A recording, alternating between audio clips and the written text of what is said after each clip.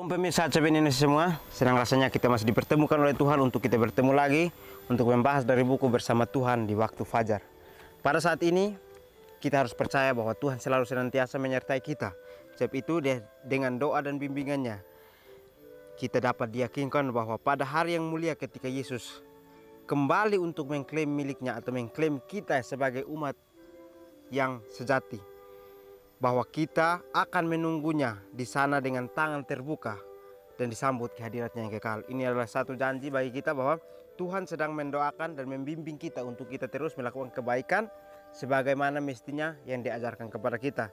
Sebab itu kita harus yakin dan menunggu karena Dia akan datang kembali untuk menjemput kita. Bacaan kita kali ini saya ambil dari halaman 333 dengan judul Dialah Juru Selamat kita. Kita boleh ambil Alkitab kita bersama-sama. Kita buka dalam Yesaya 43 ayat 11 yang berbunyi, Akulah Tuhan dan tidak ada juru selamat selain daripadaku. Kita masuk kepada bacaannya. Tidak ada penonjolan diri terjalin dalam kehidupannya. Penghormatan yang dunia berikan kepada kedudukan, kekayaan, atau bakat adalah suatu yang asing bagi anak manusia. Tak satu pun cara yang digunakan oleh manusia untuk mendapatkan kedudukan atau penghormatan yang digunakan oleh Yesus berabad-abad sebelum kelahirannya telah dinobatkan tentang dirinya. Ia tidak akan berteriak atau menyaringkan suara atau memperdengarkan suaranya di jalan. Siri Membina Keluarga jilid 4 halaman 24 dan 25. Baik, pelajaran kita kali ini memberikan kita bahwa Tuhanlah juru selamat. Sebab itu kita tidak ada yang lain selain juru selamat kita yang selalu senantiasa membimbing kita. Karena Dia selalu membimbing kita, Dia juga memiliki kuasa yang lebih. Tapi Dia tidak pernah menonjolkan akan apa yang Dia miliki dalam diri atau kehidupannya sehari-hari. Karena Dia adalah Tuhan. Kalau kita sebagai manusia kita mendapatkan berkat yang sama seperti Tuhan dengan memiliki kuasa, maka kita akan menonjolkan diri kita terlebih dahulu. Tetapi karena Dia adalah Tuhan yang adil, Dia tidak menonjolkan dirinya, tetapi Dia mampu merendahkan dirinya untuk melayani kita. Sehingga penghormatan yang dunia berikan kepada kedudukan, kekayaan atau bakat adalah suatu yang asing bagi anak manusia. Jadi mungkin kita sebagai manusia, kita memberikan hormat itu kepada orang yang memiliki kedudukan, memiliki kekayaan, dan juga memiliki bakat. Tetapi kita harus ingat bahwa Tuhan memiliki semuanya. Dia mempunyai kedudukan, Dia mempunyai kekayaan, dan juga Dia memiliki bakat. Tetapi kita tidak menghargainya. Kita seringkali melalaikan Dia. Karena mungkin Dia tidak terlihat, kita melalaikan Dia. Tetapi saat ini kita harus ingat bahwa yang kita hormati adalah juru selamat. Karena Dialah yang sanggup membimbing kita untuk melakukan sesuatu yang baik di hadapan Tuhan. Tak satu pun cara yang digunakan oleh manusia untuk mendapatkan kedudukan atau penghormatan digunakan oleh Yesus. Jadi kita sebagai manusia pun, kalau kita berusaha dengan apa yang Tuhan inginkan, maka kita tidak akan memiliki cara untuk memiliki kedudukan atau penghormatan. Tetapi kalau kita hidup dengan Yesus, ada saatnya kita akan dihormati dan kita akan diberikan kedudukan pada saat kita setia untuk melakukan itu, karena orang sendiri akan melihat kita. Tetapi kalau kita berusaha untuk menjadi seperti seorang anak manusia, maka kedudukan itu mungkin bisa kita dapat dan juga mungkin kita tidak akan dapat. Karena kita lakukan sesuai dengan tenaga kita. Sehingga apa yang kita lakukan itu mungkin kita ingin supaya menonjolkan kepada orang lain. Tetapi yang Tuhan miliki, Dia tidak ingin untuk menonjolkan kepada orang lain. Berabad-abad sebelum kelahirannya telah dinubuatkan tentang dirinya. Jadi sebelum Yesus lahir sudah dinubuatkan Ia tidak akan berteriak atau menyaringkan suara atau mendengarkan suaranya di jalanan. Jadi pada saat Dia sebelum lahir, Dia sudah dinubuatkan bahwa Dia tidak akan berteriak atau Dia tidak akan menyaringkan suara atau tidak memperdengarkan suaranya di jalanan. Tetapi Dia datang muka dengan muka untuk berbicara secara langsung dengan kita. Jadi kita harus ingat bahwa Tuhan Allah yang setia, Dia sanggup membimbing kita dia senantiasa memberikan kita teguran-teguran yang sangat keras kalau kita melakukan kesalahan, kalau kita berjalan bersama dengan Dia. Sebab itu kita harus ingat bahwa Tuhan tidak pernah lalai untuk menepati janjinya dalam membimbing kita. Karena saat Dia membimbing kita, Dia akan memberikan kita contoh-contoh bahwa kedudukan, kekayaan, dan juga bakat yang kita miliki, itu semua harus kita berikan kepada Tuhan. Jangan kita berikan kepada keinginan duniawi kita. Karena kalau kita berikan kepada keinginan duniawi kita, maka kita tidak akan merasa cukup. Adalah persekutuan dengan Tuhan, hubungan pribadi dengan Juru Selamat yang hidup, yang menyanggupkan pikiran dan hati dan jiwa yang mendapatkan kemenangan atas sifat yang rendah. Ceritakan kepada orang musafir tentang tangan yang penuh kuasa yang akan memegang dia, tentang kemanusiaan yang baka dalam hidup Kristus yang mengasihi dia. Seri Membina Keluarga jilid 5 halaman 298. Baik, ini adalah dikatakan bahwa adalah persekutuan dengan Tuhan, hubungan pribadi dengan Juru Selamat yang hidup. Jadi kalau kita bersekutu dengan Tuhan, kita memiliki hubungan yang baik dengan Juru Selamat yang hidup dalam kehidupan kita, yang sanggup untuk memberikan kita hati yang kuat, pikiran yang jernih, dan juga jiwa yang siap untuk melayani. Itu akan kita dapatkan, sehingga kemenangan itu akan menjadi sifat yang rendah hati. Kita akan memiliki sifat rendah hati kalau kita memiliki hubungan pribadi yang baik dengan Juru Selamat, dan juga kita memiliki persekutuan dengan Tuhan. Inilah yang diajarkan bahwa kita harus memiliki kemenangan. Kalau kita memiliki persekutuan yang baik dengan Tuhan, kita mempunyai pribadi yang memiliki hubungan dengan Juru Selamat, itu adalah Juru Selamat yang hidup yang selalu kita sembah. Ceritakan kepada musafir tentang tangan yang penuh kuasa yang akan memegang dia, tentang kemanusiaan yang baka dalam Kristus yang mengasihi dia. Jadi ini menceritakan kembali bagaimana Yesus yang memiliki tangan yang penuh kuasa yang memegang kita untuk kita bisa hidup dengan dia, tentang kemanusiaan yang baka dalam Kristus yang mengasihi dia. Jadi kita sebagai manusia, Tuhan mengasihi kita.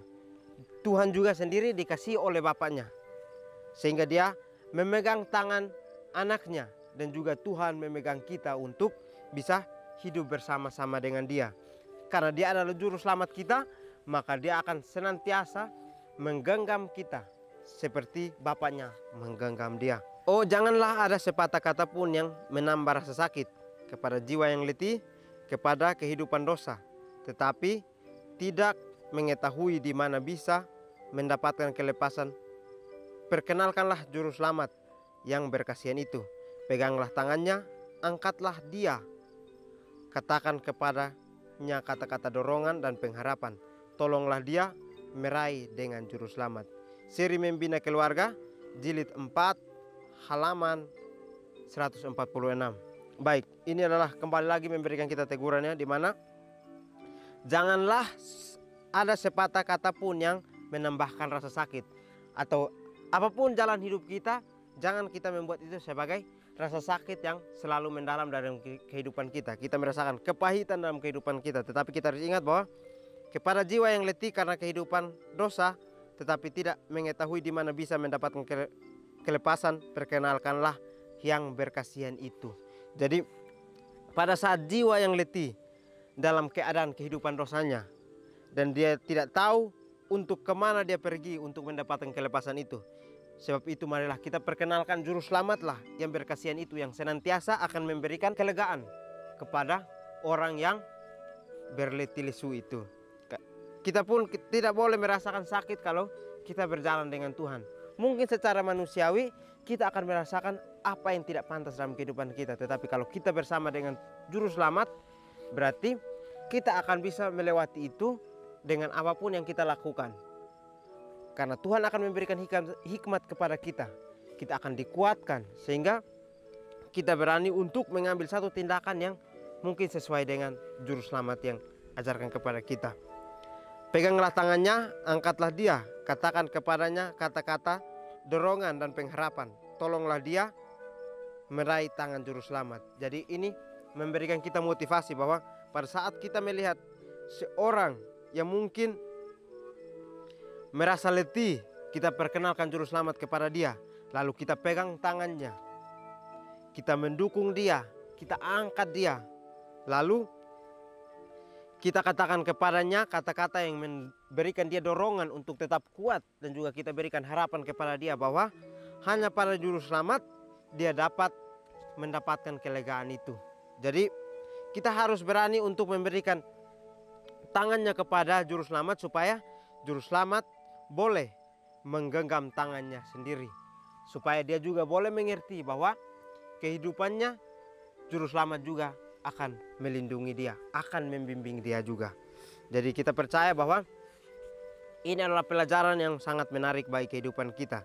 Jadi kalau kita melihat orang yang sedang letih, marilah kita pegang tangannya, perkenalkan juru selamat kepada dia, kita tolong dia, kita berikan kata-kata dorongan dan juga harapan kepada dia supaya dia tidak patah semangat, tetapi dia kembali lagi semangat bahwa kehidupannya masih memiliki harapan untuk kembali melakukan perubahan. Tidak ada penghalang yang dapat dibangun oleh setan atau manusia yang tidak dapat ditembusi oleh iman.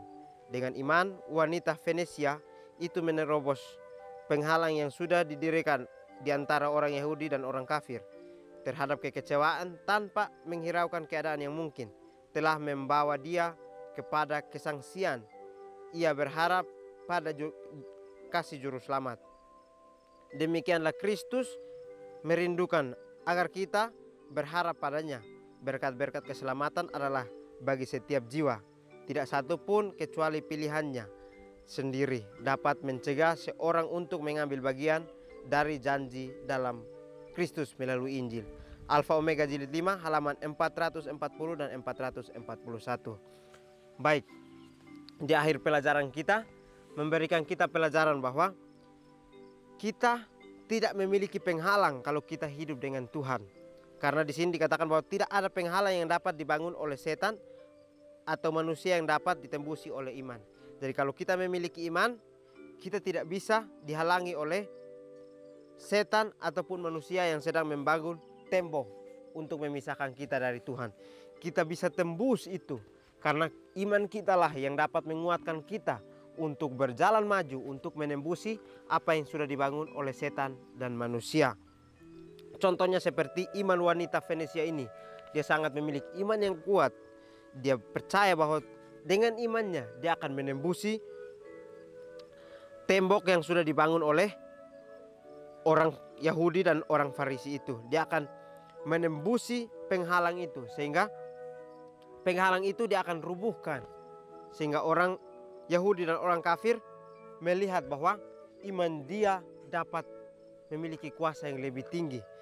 Sebab itu dengan iman kita dapat belajar bahwa apa yang kita percayai itu kita harus jadikan sebagai iman dalam kehidupan kita, supaya pada saat kita mengalami satu kesusahan, dengan iman kita dapat kita dikuatkan bahwa kita bisa untuk melewati itu.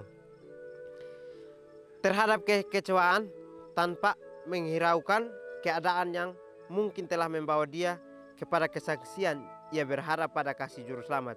Jadi karena imannya, dia tidak hiraukan lagi akan kekecewaan yang akan dia dapatkan. Orang yang percaya kepada Tuhan, orang yang sudah mengaku pengikut Tuhan, dia harus siap untuk menerima kekecewaan di depan dia. Apapun yang akan dialami, dia harus percaya bahwa Tuhan turut serta untuk campur tangan bersama dengan dia. Jadi kalaupun kita mengalami kekecewaan, kita harus ingat bahwa kita harus bisa untuk keluar dari situ. Kita harus kembali lagi kepada jalan yang Tuhan akan berikan kepada kita. Karena pada saat kita mengalami kekecewaan, berarti kita sedang belajar untuk melakukan pertumbuhan dalam iman kita. Karena pada saat kita kecewa, mungkin kita kembali lagi berpikir bahwa kita harus kembali untuk melakukan sesuatu yang berbeda dari apa yang sudah saya rasakan sekarang. Bagaimanapun dengan wanita Venesia ini, dia berani untuk mengambil satu keputusan.